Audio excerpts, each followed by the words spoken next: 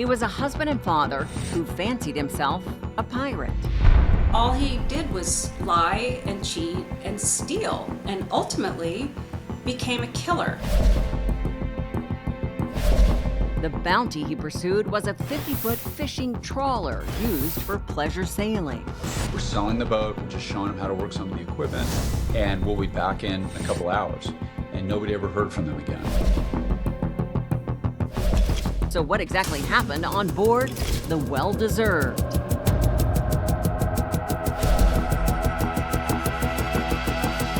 You know, we're not going to get caught because no body, no crime.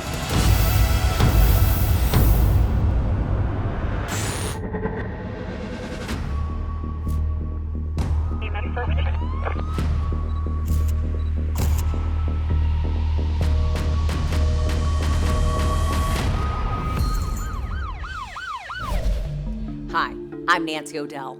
Today's Crime Exposé takes us to Newport Beach, California. This haven of pleasure and comfort was turned upside down by criminals who twisted a simple financial transaction into a scandal of selfishness and greed. For the killers, it was a short con with an easy setup, and all began on a bright November day in this ritzy coastal village. Newport Beach is really a beautiful place. The homes are beautiful, the people are beautiful, people have a lot of money, and people are very into self-grooming, cosmetic surgery, wearing nice clothes and jewelry, and of course that draws the people who are looking to take advantage of OPM, other people's money. In Newport Beach, murders, thankfully, are relatively rare, but when they happen, they tend to be on the spectacular side. You see a lot of conspiracies to commit murder for money relative to other types of murders that you see in other cities. Like many residents of this area, Thomas and Jackie Hawks chose to enjoy their retirement years kicking back in the sun and sand along the Pacific Ocean. Thomas and Jackie Hawks were a lovely couple. Tom was a retired probation officer. He also was an entrepreneur, and he, owned a bar, and he'd owned restaurants. And Jackie was just a bubbly, lovely woman who was just super friendly. They had so many friends. Everybody loved them. Tom had a dream of sailing off into the sunset, like a lot of people do. So that was their plan, only he really did it. He bought a boat, and they joined this kind of expat retired community that cruises around the Sea of Cortez in northern Mexico. And they took the boat down there, and they lived on it for 2 years. The boat was a fishing trawler named the Well-Deserved. And though the Hawks loved life on the water, they decided it was time for a new adventure in life.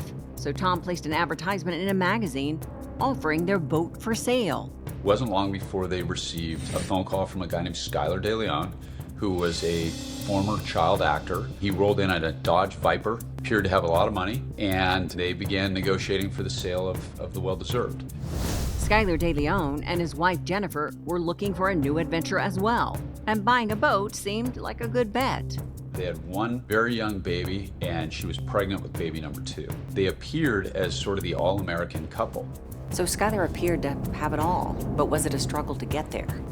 His dad forced him to be a child actor. He didn't really enjoy it. He couldn't remember his lines, but that's how he got on Mighty Morphin Power Rangers. After his short-lived career on television, did he try something different?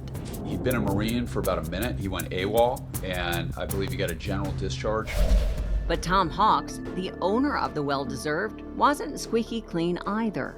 He'd bought and sold restaurants, his own bar. He would basically sell his bar to people knowing that they would lose money during the winter because nobody would come to Prescott, Arizona when it was cold, and they would end up losing money and have to sell or give the bar back to Tom. To sell his boat, Tom decided not to engage a broker. That way, he'd keep more cash in his pocket. And that wasn't his only scheme to save money. Tom said, look, you pay me $400,000 in cash, but we'll only declare that you paid me $200 so I can save on taxes. So Tom saw himself as a wheeler dealer, but what he was suggesting was actually illegal. Nevertheless, Skylar was interested, and rounding up that money didn't appear to be a problem for him. They then went out on a sea trial. Jackie told friends, hey, we're selling the boat, we're just showing them how to work some of the equipment, and we'll be back in a couple hours. Tom and Jackie Hawks were thrilled. It looked as if they could sell their boat quickly and begin a new chapter in their lives. The trawler departed the marina and headed out to sea with the two couples on their trial run.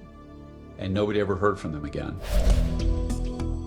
2 weeks went by and the Hawks still hadn't turned up anywhere. The police checked in with Skylar and Jennifer Deleon. They all said that they purchased the boat, and they had these documents to prove that they had purchased the boat. Police say Thomas and Jackie Hawks had apparently left town in a hurry. But why hadn't friends or family heard from them?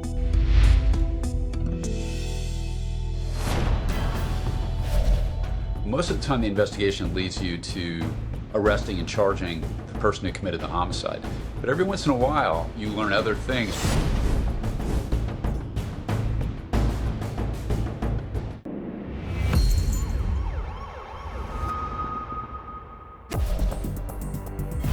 Tom and Jackie Hawks sold their boat, left Newport Beach, and vanished into thin air. Family members alerted the police, who began searching for the couple. It was slow going at first. We didn't have Tom and Jackie's car, and we hadn't heard from them. We just had information that they had been driving potentially back down into Mexico. Tom and Jackie's phones were pinging just north of the Mexican border at like 2 in the morning, the night that this transaction apparently happened. So why had the couple departed the area so quickly? No one seemed to know. So that's what we had for about 2 months. We had this kind of weird story. The family was getting increasingly nervous. The common denominator amongst all of the people involved in the mystery, the Hawks boat, the well-deserved.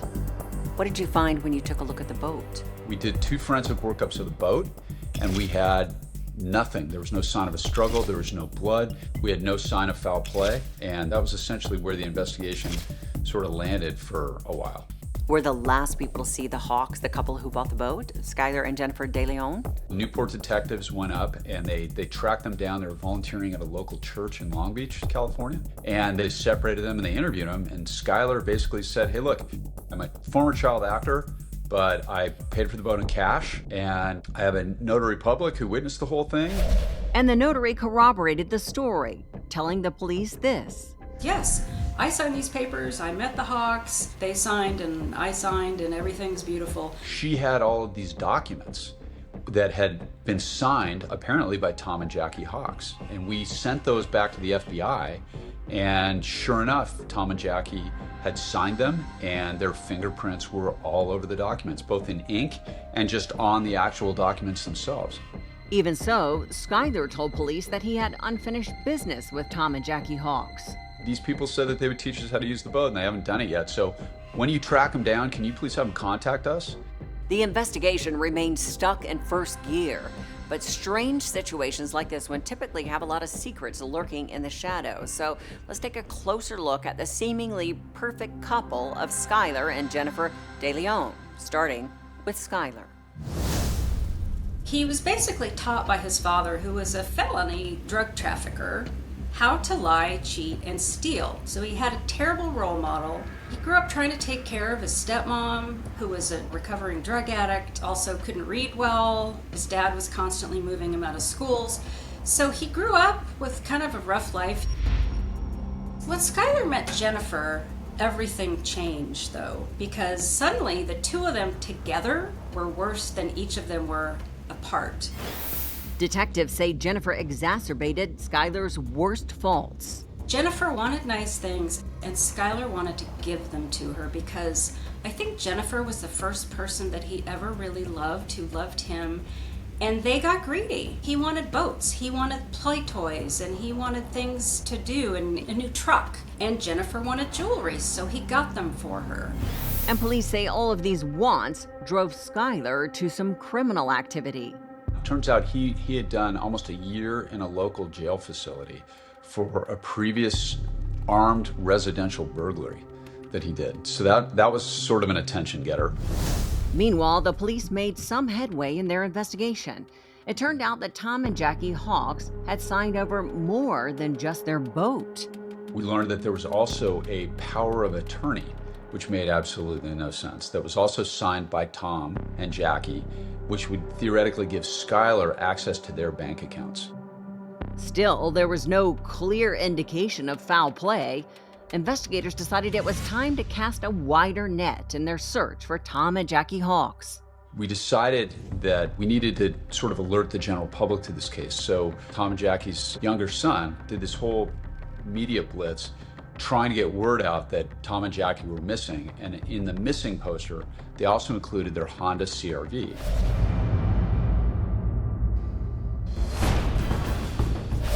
And she called Newport and said, hey, that car you're looking for, I'm looking at it right now, and it's in my neighbor's driveway.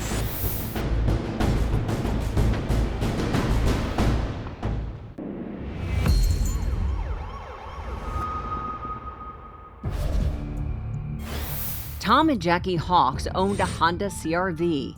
The vehicle had suddenly appeared in a trailer park outside of Ensenada, Mexico.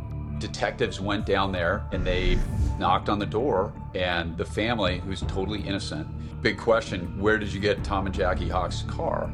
And they said our friend Skylar Deleon gave it to us. They said they'd never seen Tom and Jackie, and that Skylar came tooling up in that car and gave them the car.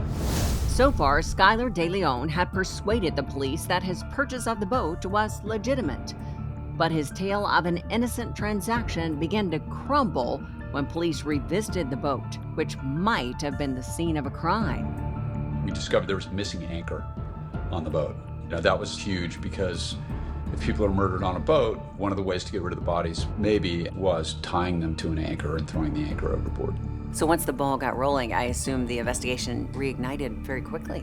We also flipped the notary public, who after like 5 interviews finally said, okay, I didn't actually witness the transaction. Jennifer and Skylar paid me cash to backdate all of these documents. So that was a huge break. In addition, several accomplices came out of the woodwork. Alonzo McChain had witnessed the sale. A former correctional officer who socialized with Skylar Deleon, he knew the entire story of what happened on the well-deserved, but was he willing to snitch on his friends?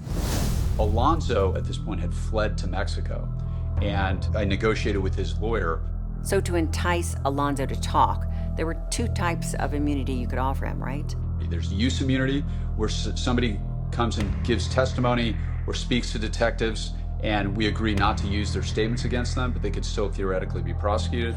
Then there's transactional immunity, which means if they tell us what actually happened, they will not be prosecuted for anything, but they've got to be truthful. You offered use immunity. So in other words, you were basically saying, have your client come back from Mexico and trust us to do right by him after he testifies.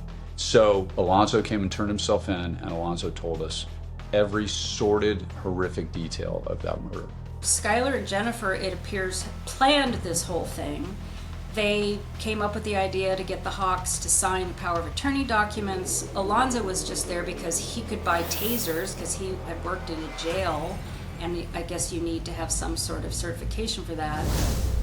Detectives say another accomplice, CJ Kennedy, joined the group as they set sail on the day of the transaction. That Kennedy said he was an accountant, but he was actually brought on board for his physical capabilities. They had him change his clothes.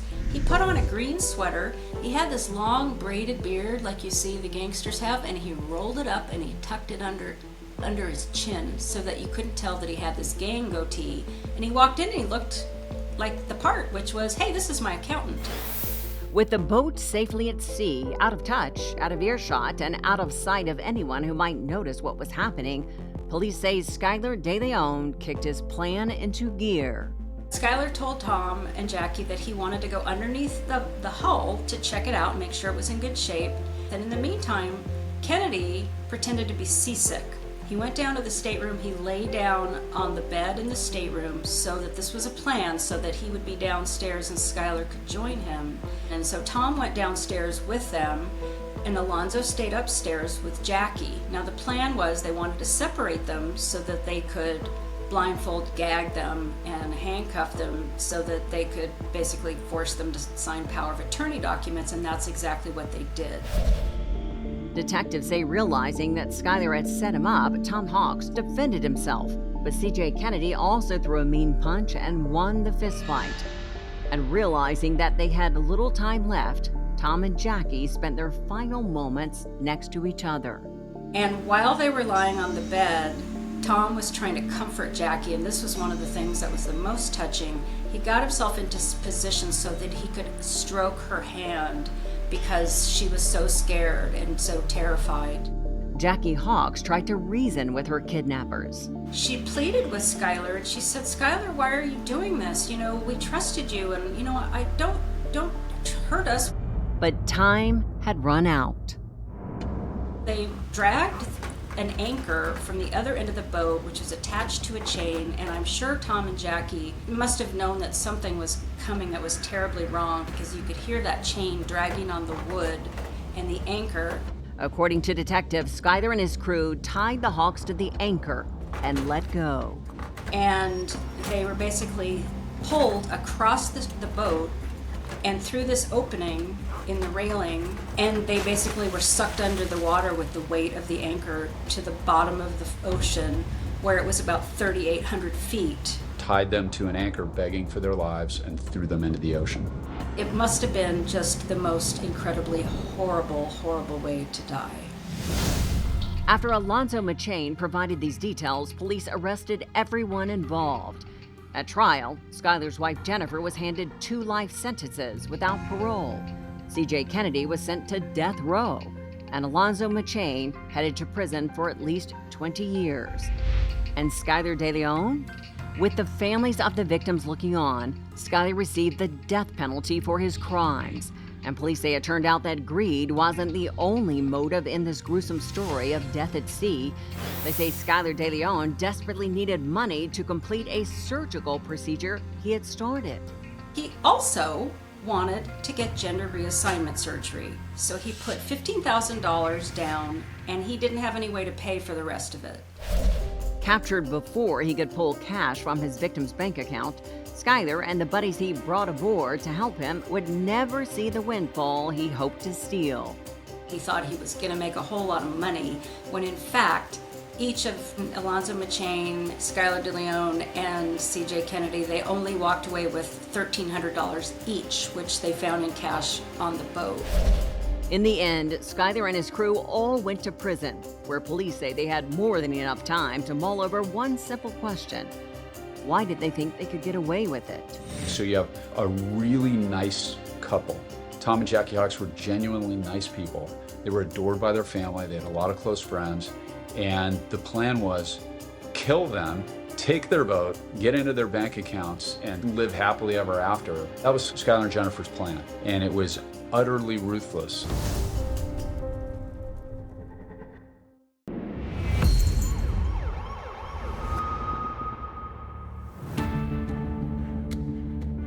Tied to an anchor and thrown overboard, Tom and Jackie Hawks drowned 3,800 feet below the surface. All for Skylar Deleon and his group of criminals to obtain nothing. Nothing to show for all of their effort to steal from a couple who only wanted to enjoy their golden years. And now, it's time for today's Safety Spotlight. When buying and selling big-ticket items like a home, a car, or a boat, it may be tempting to cut corners and save time and money, but this can put your finances and physical safety at risk. To help reduce these threats, operate through a licensed agent who can screen and identify legitimate buyers and sellers and help you avoid potential fraud. An agent can assure both parties have secure contracts and financing, and that the sale is done ethically and legally.